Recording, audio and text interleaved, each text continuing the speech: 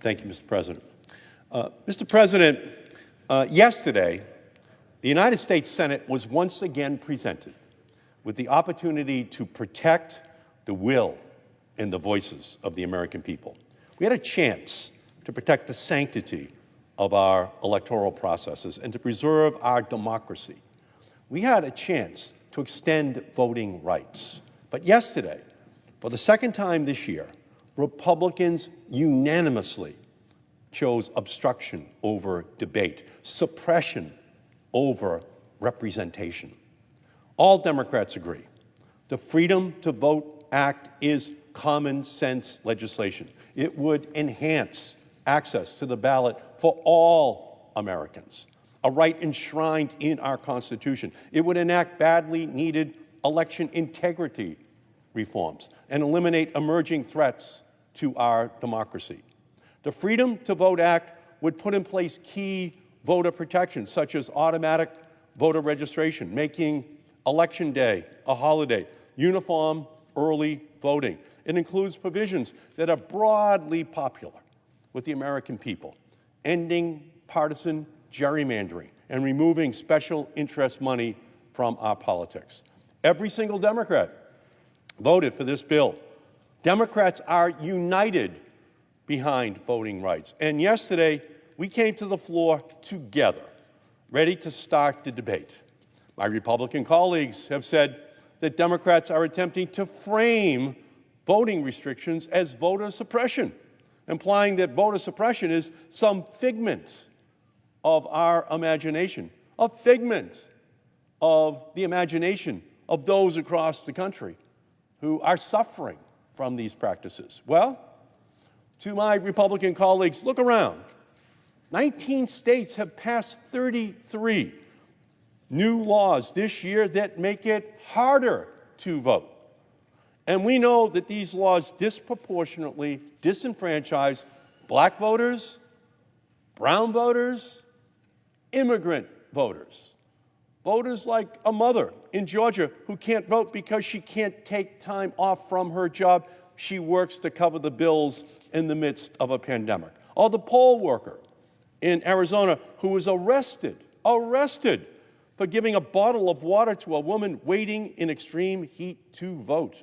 Or the person in Texas who couldn't vote because they didn't have a ride to the polls. Stories like these are not exaggerations, they are facts, and they are unconscionable facts. If Congress does not step up to the plate on voting rights, then we are signaling to every person in this country that their voice does not matter. We are telling them that we are a country that cares about representation for some, but not for all in our country. Ensuring voting rights is how we show that no matter a person's background or race or hometown or economic status, that their voice can be heard and represented. Not just the wealthy, not just big corporations, not just white Americans.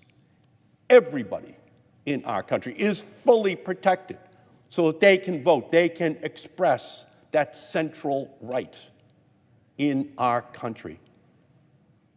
Inaction on voting rights is not an option.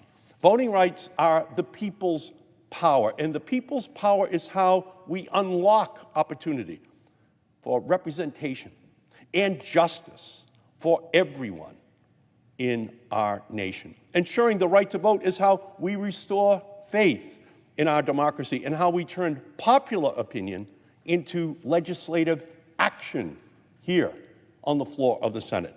This is how we take action to save our planet from existential threat of climate crisis that is impacting us right now. This is how we take action to respond to the ongoing COVID-19 pandemic. This is how we take action to address racial injustice across our country. This is how we create the future for our children that we want to see for them. Republican obstruction does not mean this fight is over. Next week, the Senate will prepare for a vote on the John Lewis Voting Rights Advancement Act. And here's how we can get this done. Abolish the filibuster. Abolish the filibuster. We must abolish the filibuster so that Democrats who were elected into the majority can begin to operate like a majority. The filibuster is yet another Jim Crow era relic that silences the voices of disenfranchised people in our country. And this antiquated parliamentary rule is halting progress in our country. As legislators, our job is to both listen to the people of this country and act on what we've heard from our country. Democrats have listened, and we are working towards action.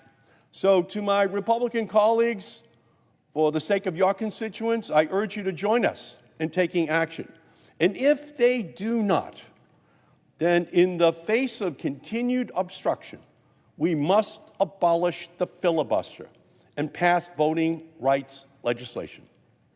The Republicans can no longer be allowed to stand behind the filibuster, a Jim Crow era policy, a set of rules that are used on the floor of the Senate to actually deny progress for every single part of our society.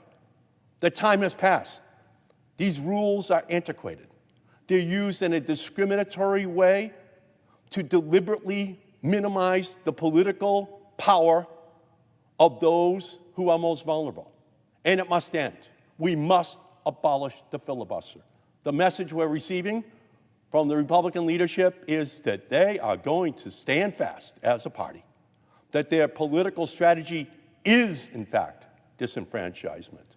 It is, in fact, obstructing our ability to hear every single voice in our country.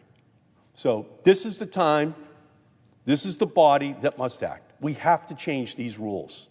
These rules do not work for everyone. And we know that this is our constitutional time. Back when the first Constitution was being drafted, they excluded women. They excluded the slave population, the black population, from being able to vote. It was a deliberate plan. That had to be rectified. It was rectified by the suffrage movement for women. It was rectified by the Civil War, so that former slaves would be given the right to vote. Well, this is our time. We see this moment for us to act. The filibuster, in the same way that the Civil War was the impediment, it has to be removed, because we can see who's harmed if it is not. So I call upon everyone to begin this action to repeal the filibuster, to ensure that everyone's voice is heard in our country. So I thank you, Mr. President, for this opportunity, and I yield back.